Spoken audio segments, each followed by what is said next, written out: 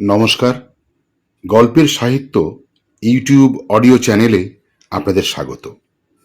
আজ আপনাদের শোনাব স্বনামধন্য সাহিত্যিক বিভূতিভূষণ বন্দ্যোপাধ্যায়ের একটি অনবদ্য ছোট গল্প, ঠাকুরদার গল্প। অনেক দিন আগের কথা, একালে সেই জিনিস শুনলে ভাববে গল্প কথা বুঝি, কিন্তু সেকালে দেশের সামাজিক অবস্থা ছিল অন্যরকম। তখন ওরকম সম্ভব ছিল। তো যাক, আসল গল্পটা বলি। আমার তখন বয়স 20-21। একহারা চেহারা, মাথায় বাবরি চুল, গায়ে যথেষ্ট শক্তি রাখি, এতেও পারি খুব। ভোজসভার নাম করা খাইয়েছিলেন সেকালে আমার পিতামহ, মানে তোমাদের বৃদ্ধ প্রপিতামহ বিষ্ণুরাম রায়।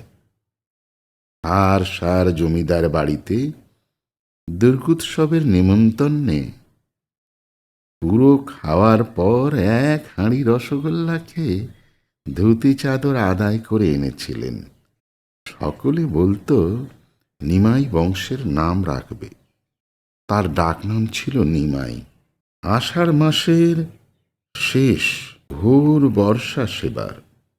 বাবা তার আগের বছর মারা গিয়েছেন, সুতরাং 22 বিঘে ব্রহ্মোত্তর আমন ধানের জমিতে ধান রোয়ার ভার পড়ল আমার ঘাড়ে। বরদাদা কুসঙ্গে মিশে অল্প বয়সে গাঁজা ধরেছিলেন। পাড়া গায়ে যা হয়ে থাকে, গাঁজা খাওয়ার দলে তারই সমবয়সী লোক ছিল অনেক। তারা কুপরামর্শ দিয়ে আমাদের পৈতৃক জমি ফাঁকি দিয়ে মৌরুষি নেবার চেষ্টা করল।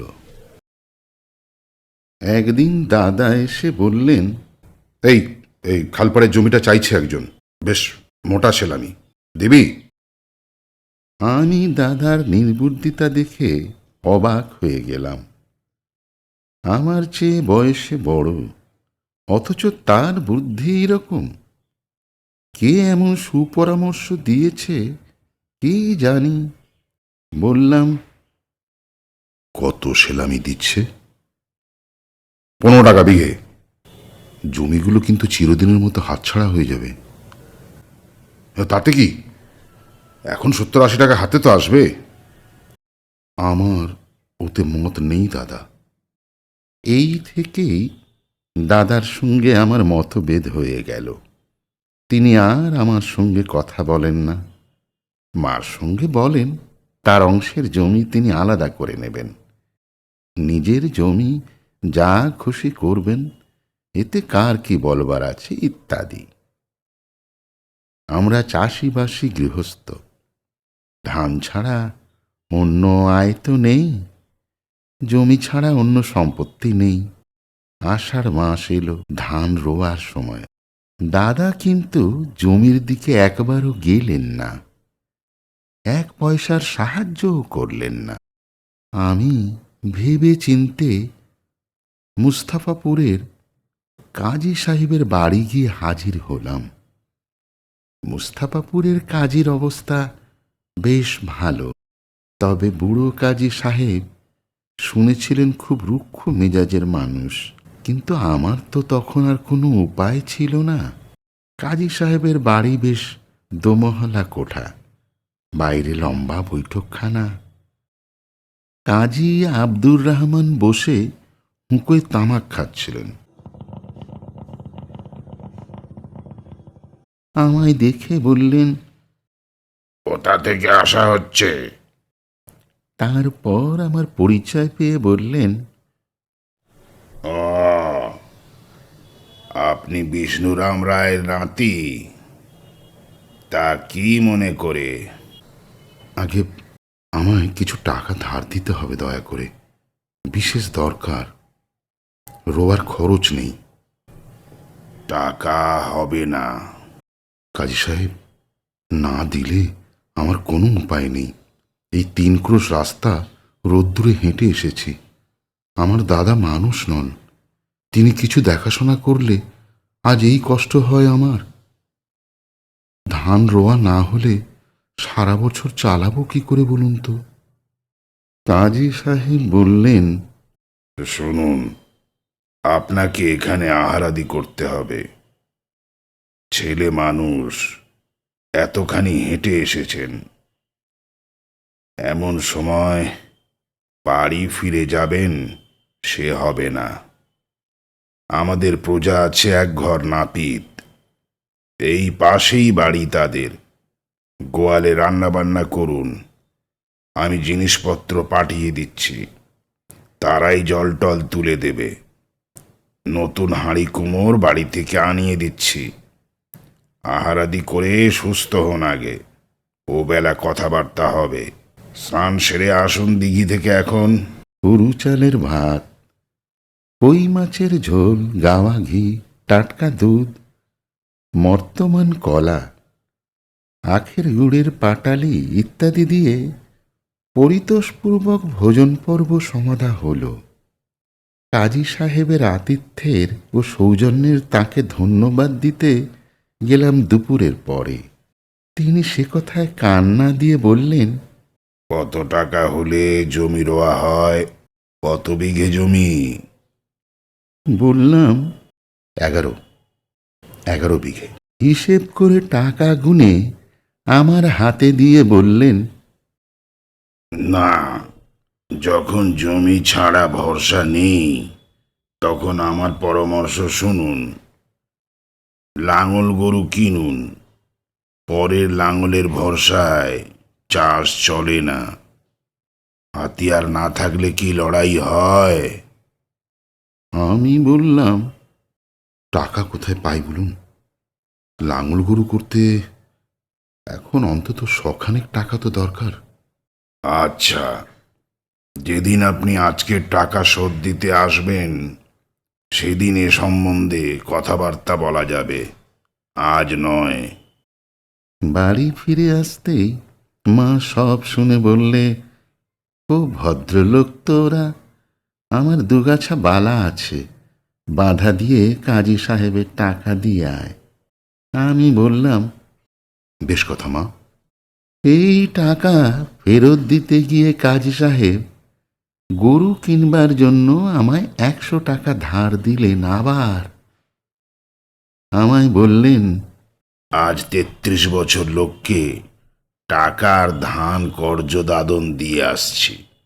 এই আমাদের 7 পুরুষের ব্যবসা। যে মহাজন খাতক চেনে না সে মহাজনই নয়।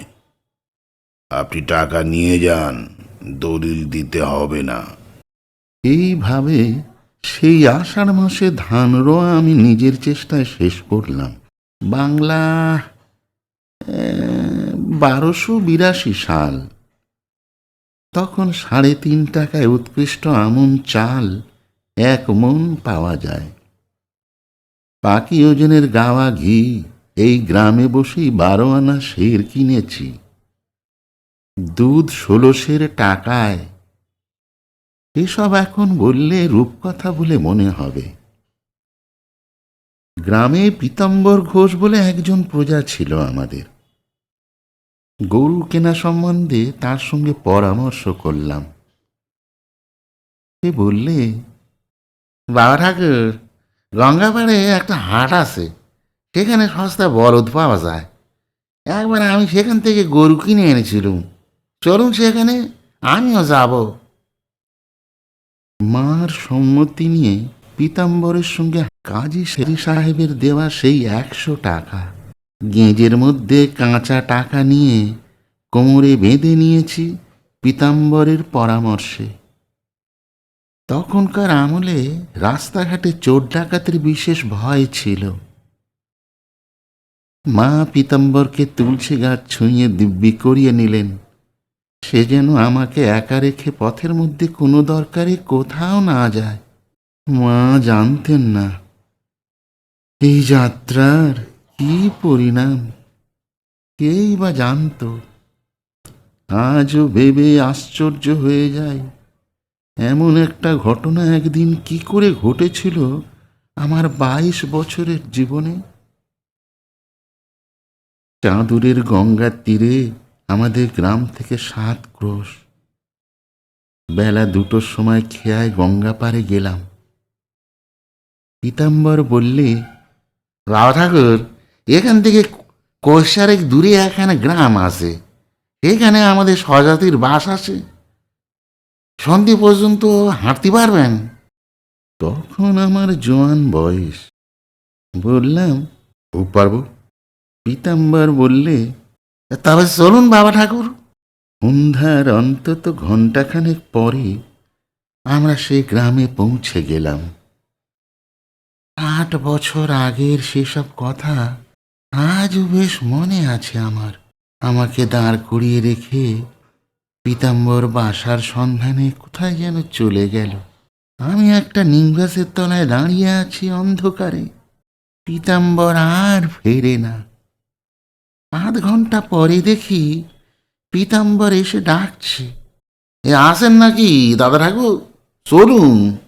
তারপর একটা খড়ের ঘরে নিয়ে গিয়ে আমায় তুললে। মনে হলো সেটা কোনো গৃহস্থের বাইরের চণ্ডীমণ্ডপ হবে। এক পাশে কতগুলো বিচালি আর অন্যদিকে ধানের বস্তা। একটা মাদুর পর্যন্ত পাতা নেই মাটিতে। তার উপর অস্পষ্ট অন্ধকার, আলো নেই। বাড়ির লোকেরা এমন অভদ্র যে একবার খোঁজ পর্যন্ত নিলে না আমাদের। পীতাম্বরকে বললাম, দেশটাই জালি, একবার দেখিনি সাপ খোপ কোথাও আছে কিনা। এমন বাড়িতেও তুমি নিয়ে এসেছো? বাবু, এ রাঢ় দেশ, বড় খারাপ জায়গা। বিদেশি মানুষকে জায়গা দেয় না। এরা বোধহয় জানেও না যে আমরা বাইরের ঘরে আসি। কোনো রকমে রাত কাটিয়ে ভোর হবার সঙ্গে সঙ্গে বেরিয়ে পড়া গেল দুজনে। শাকমুড়ি বলে একটা ছোট্ট বাজারে চিড়ে দই কিনে আমরা ফলার করলাম। আগে রাত্রে অনাহারে আছি, তার উপর আমার জোয়ান বয়সের খিদে। আধশের করে চিড়ে আর আধশের দই, পোয়াটা গুড় ও 1 ছড়া কলা একজনের চোখে নিমেষে উড়িয়ে দিলাম। পীতাম্বরের মহৎ দোষ ছিল, তামাক খেতে বসলে সে আর হঠাৎ উঠত না। মুদির দোকানে আহার আনতে তামাক খেতে বসলো তো বসলই। এদিকে বেলা পড়ে আসতে আমি একটু ব্যস্ত হয়ে উঠলুম। মুদির দোকানে পয়সা মিটিয়ে আমরা আবার পথ হাঁটি। বেলা যখন বেশ গড়িয়ে এসেছে, তখন উত্তর দিক থেকে খুব মেঘ করে এলো। পীতাম্বর বললে, বাবা ঠাকুর, আগে সিজে ডুমুরদা বলে গ্রাম, অনেক বামুনের বাস, কিন্তু জায়গাটাতে যাব কিনা তাই ভাবছি। কেন? বিখ্যাত ডাকাতের জায়গা, বামুনরাই ডাকাত। গঙ্গা দিয়ে একসময় বিদেশি মাল বোঝাই নৌকা নিয়ে যাওয়ার উপায় ছিল না। আজকালটা তেমন নেই। তবুও বাবা ঠাকুর বিশ্বাস নেই, সঙ্গে অতগুলো টাকা। গ্রামের মধ্যে ঢোকা ভালো বাইরের মাঠে থাকার চেয়ে। মাঠের মধ্যেও ডাকাতি করে নিতে পারে তো। চলো কোনো ব্রাহ্মণের বাড়ি আশ্রয় নিই। কিন্তু বাবা ঠাকুর, কোনো রকমে যেন জানতে দিবেন না যে আমাদের কাছে টাকা আছে। সিজে ডুমুরদ জায়গা ভালো না। সন্ধ্যার আগে আশ্রয় প্রার্থী হয়ে 2-3টি ব্রাহ্মণ বাড়ি গেলাম, কিন্তু কেউ জায়গা দিল না। আমরা বাইরের রোয়াকে শুয়ে থাকতে চাইলাম, রাত্রে কিছু খাবো না বললাম, কিন্তু কেউ আমাদের বিশ্বাস করলো না, আমাদের কথায় কর্ণপাতই করলো না। অবশেষে একটা দেউড়িওয়ালা উঁচু পাঁচিল তোলা পুরোনো আমলের কোঠাবাড়ির সামনে এসে দাঁড়িয়ে ভাবছি এখন কি করা যায়। একজন বৃদ্ধ হঠাৎ দরজা খুলে বাইরে এলেন। আমায় বললেন, কে? আগে আমাদের বাড়ি এখানে নয়। এখানে কি মনে করে? বিদেশি লোক, রাত্রে একটু থাকবার জায়গা খুঁজছি। তোমরা আগে ব্রাহ্মণ। কি ব্রাহ্মণ? উপাধি কি? রাঢ়ী শ্রেণীর ব্রাহ্মণ, উপাধি রায়। বৃদ্ধ একবার আমার আপাদমস্তক তীক্ষ্ণ দৃষ্টিতে চেয়ে দেখে বললে, এসো বাপু, সঙ্গে কেউ আছে? তাকেও ডাকো।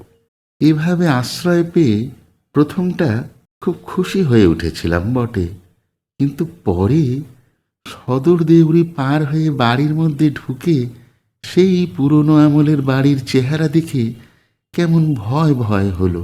নির্জন বাড়িটায় কেউ যেন কোথাও নেই। এখানে যদি এরা টাকার জন্য আমাদের খুন করে পুঁতে রাখে, তবে লাশ শনাক্ত করবার মানুষ খুঁজে পাওয়া যাবে না। ভেতরে গিয়ে দুমহল পার হয়ে তৃতীয় মহলে ঢুকে নারী কণ্ঠের স্বর শুনে একটু ভরসা হলো। মেয়েদের সামনে খুনটা অন্তত করতে পারবে না। চটা ওঠা একটা খুব বড় রোয়াকের একপাশে বর্ষার জলে আগাছা গুছিয়ে রীতিমতো বন হয়ে গেছে। আমার ভয় হলো ওখানে নিশ্চয়ই সাপ লুকিয়ে আছে। সেই রোয়াকে আমাদের বসবার জায়গা দেখিয়ে দিয়ে বৃদ্ধ রান্নাঘরে ঢুকল। পীতাম্বর চাপা গলায় বললে, না ঠাকুর, কিরকম জায়গা, চলো চলো সরে পড়ি। আমি ভরসা পেয়েছি মেয়েদের দেখে বললাম, বনেদি গেরস্ত, অবস্থা খারাপ হয়ে পড়েছে এখন, কোনো ভয় নেই। একটু পরে বৃদ্ধ ফিরে এসে বললে, তোমার সঙ্গের লোকটি কি জাত? গোয়ালা? বেশ, ওকে এই পেছনের পুকুর থেকে এক ঘড়া জল আনতে হবে তোমাদের হাত পা ধোবার জন্য।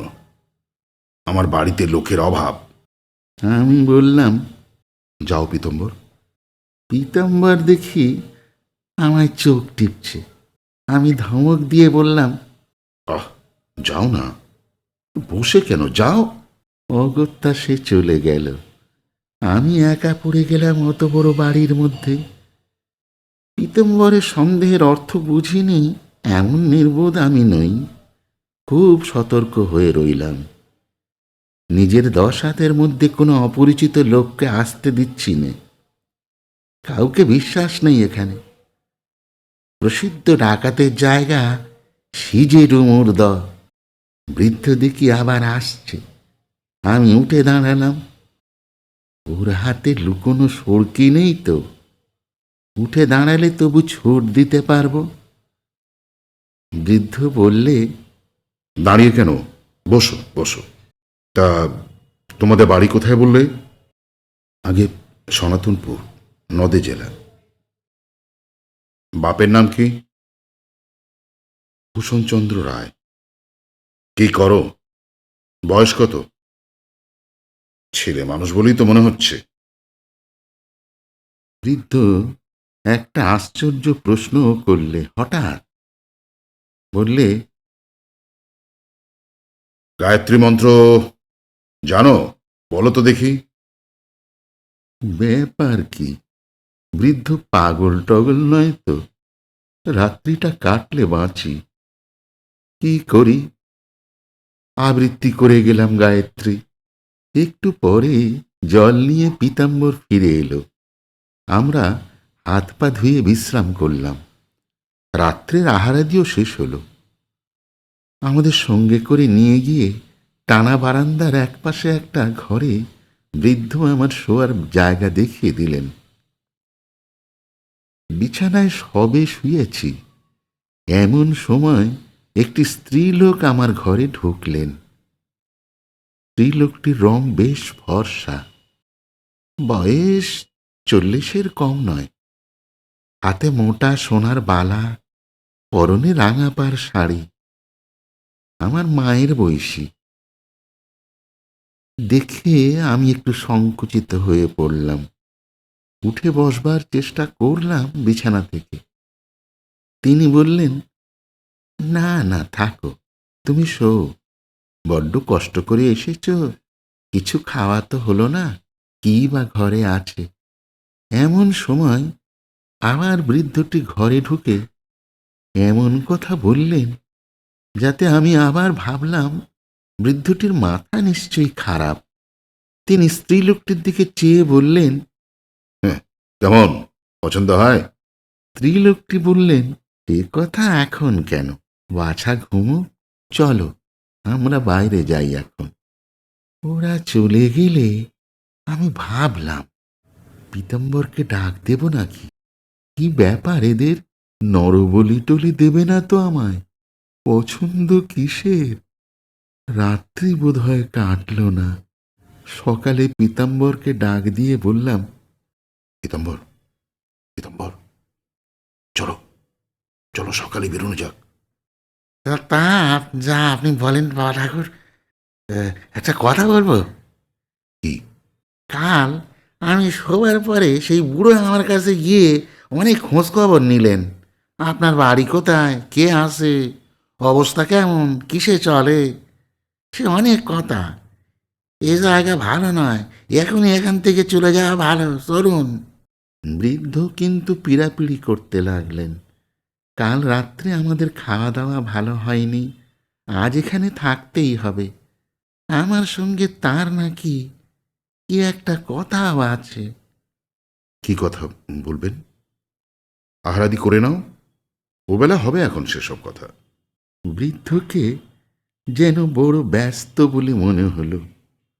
বৃদ্ধ পিছন ফিরতে পীতাম্বর আমায় এসে চুপি চুপি বললে, ব্যাপারটা বড় বিপদ, চলেন। কি রে? এরা ডাকাত সদর দিবড়ি বন্ধ করে দিয়েছে। টাকার সন্ধান পেয়ে গিয়েছে মনে হয়, বাইরে যেতে দেবে না। সত্যি? দেখে আসুন নিজের চোখে, সদর দিবড়িতে তালা লাগানো। কথাটি কিন্তু আমার মনে লাগলো না।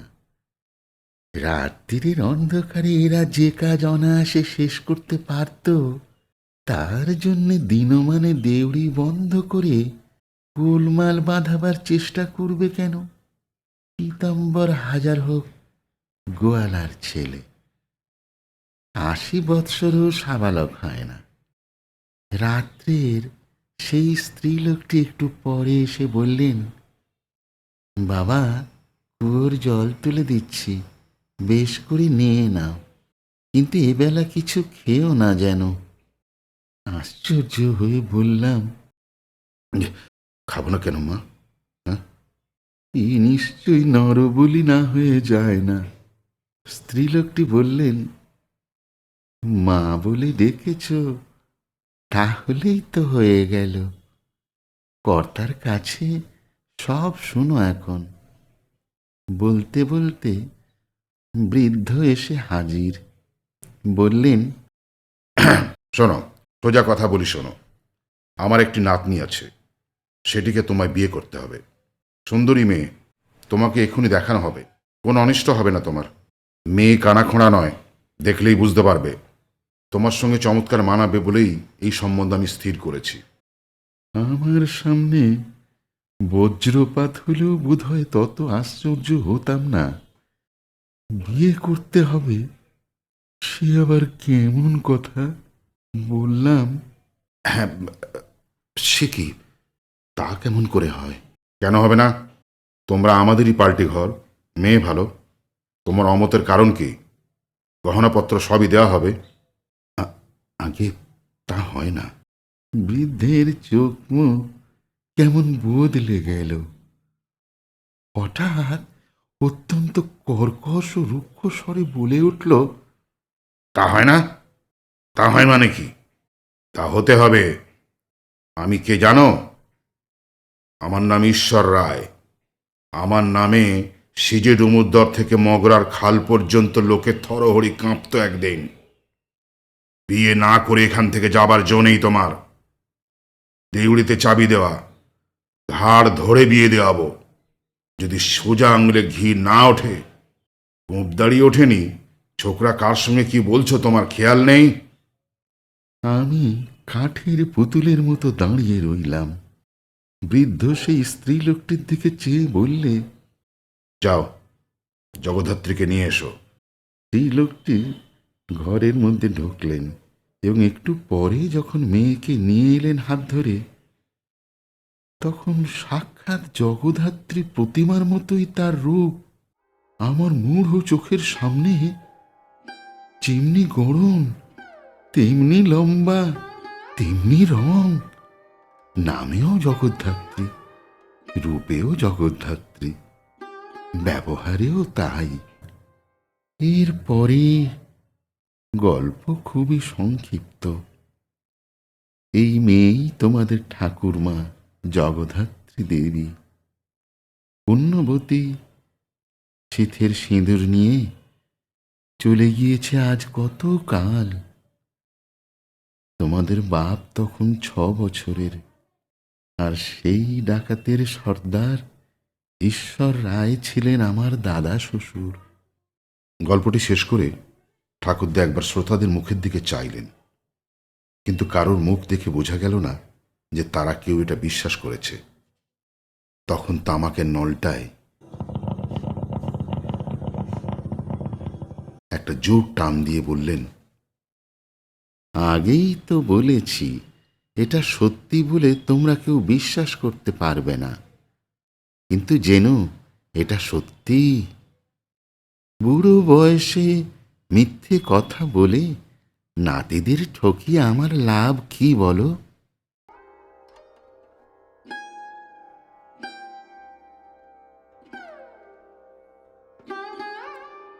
গল্পটা শুনলেন। যদি আপনাদের ভালো লাগে তাহলে সাবস্ক্রাইব ও শেয়ার করে দেবেন। আপনার একটি সাবস্ক্রাইব আমাকে উৎসাহিত করবে আরও নতুন গল্প শোনানোর।